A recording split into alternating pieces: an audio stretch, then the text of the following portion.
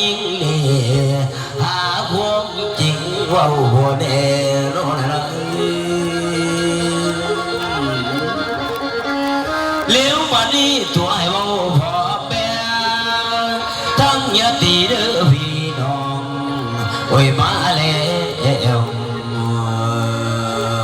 โน้ตบ่เอาใส่แน่นเฮาโอ้ยโอ้ยโอ้ย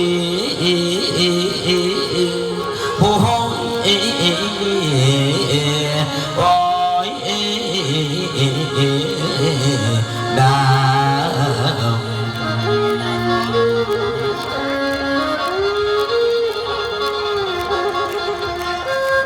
เลี้ยวมานี่ฟังก่อนพี่น้อง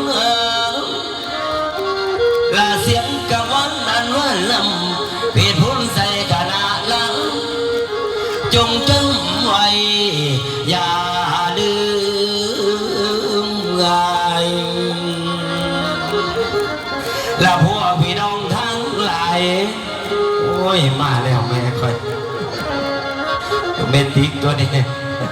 ทำไมเพชรโอ้ยอยู่ดีแม่เด้อ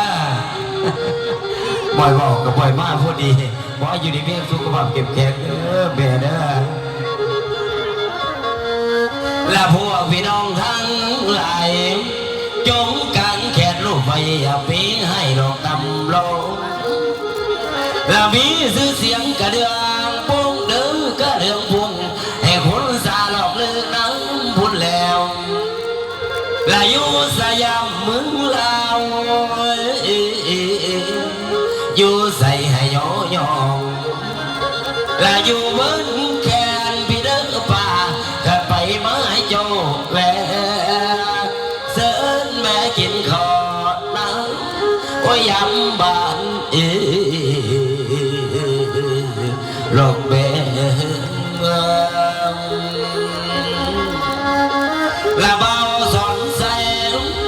ละพ้นน้ำบ่อเอื่อนพวกพ่อแม่สาธาพูนแล้ว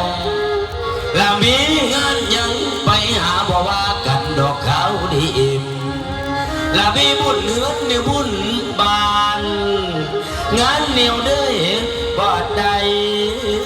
ว่าโอ้ยอยู่ดีแม่ไปเจเด้อละพวกพี่น้องสาธาไปกันแล้วจริงเว้า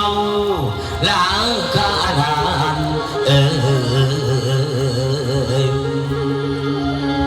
ข้าบ่แพง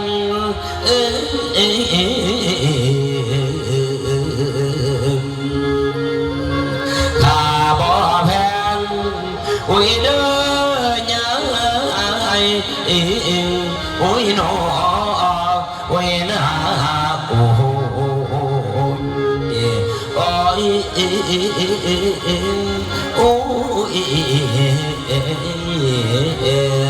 ลันดา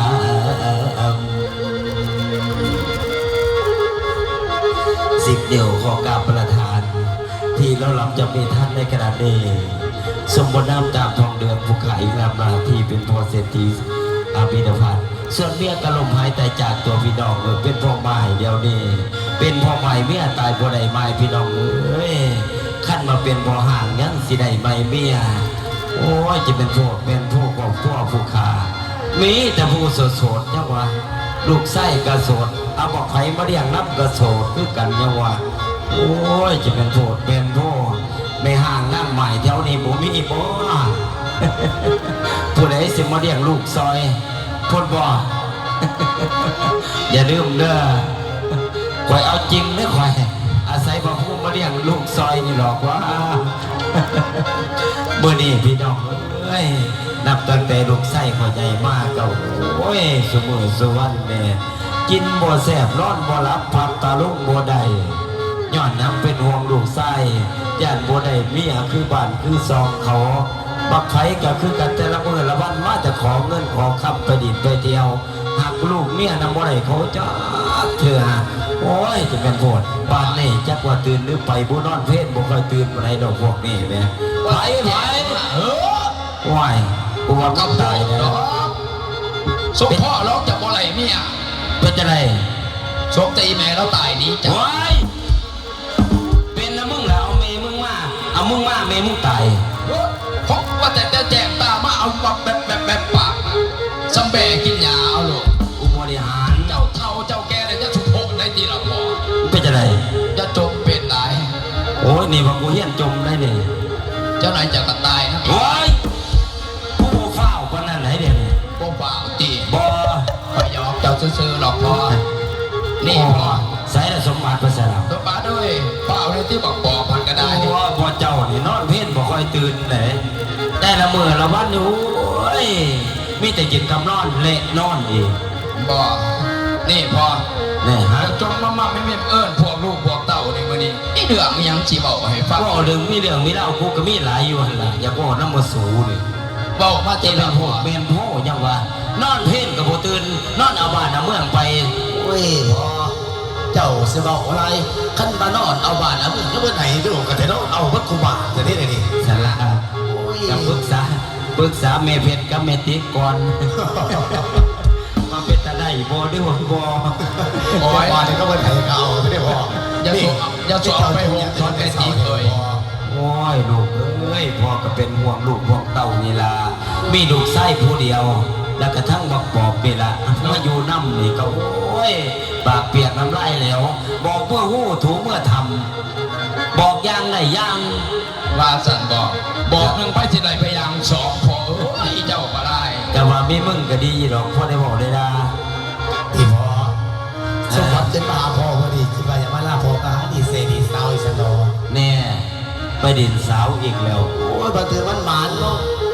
สมือนี่ลูกลงเงินจากอายเขาได้หมู่กองสองสั้นต้นเดียวกันเขาเอาลูกเอาเมียเบิดแล้ว จ้าเครื่องปริสิมันน้ำบานเมืองเขา แม่งไม่หีเขียวว่าเขาตาคอย สมน้ำหนาแหล้วมันรับตาช่างไหล บอกออกเลยล่ะพอไฟลามาเลย พอจะพอใส่สมบัติไปเพื่อ ว่าโอ้นอโอ้โอ้ยโอ้อันนี้ฟังก่อนลูกพ่อเอ๋ยย้ำได้ฟังลูกเบามาเก่าตะแลงไข่แล้ว และส่วนหัวใจพอยังคิดทำกระนิ่งบ่มีแล้วย้อนมามีบุตรหาแก้วคนเดียวก็หักพอได้มีขั้นแต่เจ้าพอเลยดอกลำแยงและเมื่อนี้น้องเก้าดีมาบอกแจ้งว่าสิห่างน้องไก่นี้แล้ว แม่เดียวพอ เท่าสิไปหาเลาะเที่ยวผู้สาวในเขานี่ ไปบ่ไกลหรอก และพอนี่มีคำการสิขันคำละโอต่อพอบอกกินคำเก่าคอบ้าเท่าเราว่าบ้างและพอน้ำตามใจน้อยอ่อนลากำไฟเราทั้งสองนั่นแล้ว โดยพอ เจ้าสิไปทางใดพอห่วงใหญ่บ่มีแล้วย้ำมาหมดตาแก้วย้ำไหลหลังแก้วอีพองอ๋องอ๋อยบ่ให้เจ้าห่วงหรอกพอ และคำไม่คำมีอย่างน้องให้เก่าเอา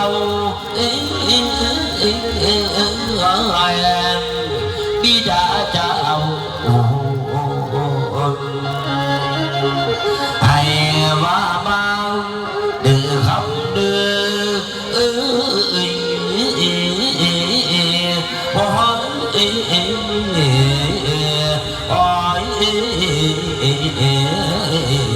ดาวจังสี่ลูกเอ้ยย่ำลูกมากเก่าตา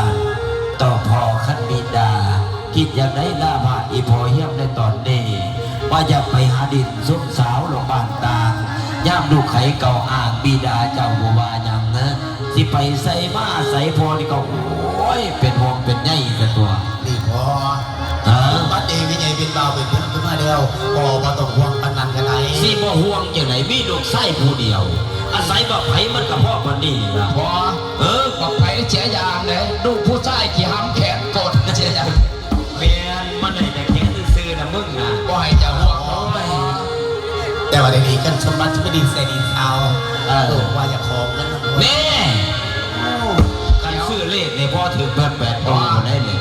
ลูกก็อยากขอคือกันได้เงิน นั่นกูว่าแล้วมาแต่ละมือละวันมีแต่ขอเงินโอ้ยเอาละลูกเอากะเอาสิเอาเท่าไหร่เรา ได้ใจกันจะเลยจะ10 ล้านมานะน้อง 10 ล้านเดี๋ยวไปดิ มึงคือเอาหน่อยแท้คอยเอาหลายได้พอ ว้า แสนเก่าชิบเก่าพอที่เอา แสนกับ10เอา เอาหลายผม กลัวมึงจะเอาเศร้าหลายเอาก็เอาลูกเอ้ย นี่พอ พ่อบอกว่าจะไหนดอกไปเอาในเก็บบอลพออยู่ในตู้นั่นละ ด้วยพอถ้าสมบัติเอาไปก็ได้พอเด้อ ไปลูกไปเบิ่งแย่งกันแน่แล้วไปเอ้ย แล้วแต่ใครได้พอ มึงเบิ่งลูกไส้กูดีๆเด้อไปใส่มาใส่ พ เป็น อ หัว เอา เอา ไป เด้ ครับเจ๊เพิ่นแน่หัน โอ้ยขอบใจด้วยเจเด้อคนสวยแต่อยู่ดีเพียงในโศกไขมัน คนไป ลำไม่รวยเด้อรวยแนวรวยตึม พอไปเลย ไอ้ทุกแต่บอกไผนี่ล่ะ ขึ้นก็อะไรแต่ไปได้มานี่ ไปลูกไป อยู่เพื่อนอยู่ซ่านตรงนี้ตีกันได้ไหมพอ บ่ต้องห่วง เดี๋ พ่ ย อ ว หร ลู อก กจะเอาลูกสมัยมาปากสะดอ พ่อนี่ยังแข็งแห้งอยู่เบิ่งดูแลตัวเองได้ พอ หัว ไป เอ้ย มีหยังที่สั่งที่พอบ่ เออ เดี๋ยวไปที่ยางก่อนเด้อ เกี่ยมเครื่องถานี่พอ ฮะ พอได้ยินจะว่า ว่า ยังแข็งแห้งอยู่วันที่ เออ ซับจองจามนี่ได้อยู่ โอ้ยที่หายังได้ โอ้โห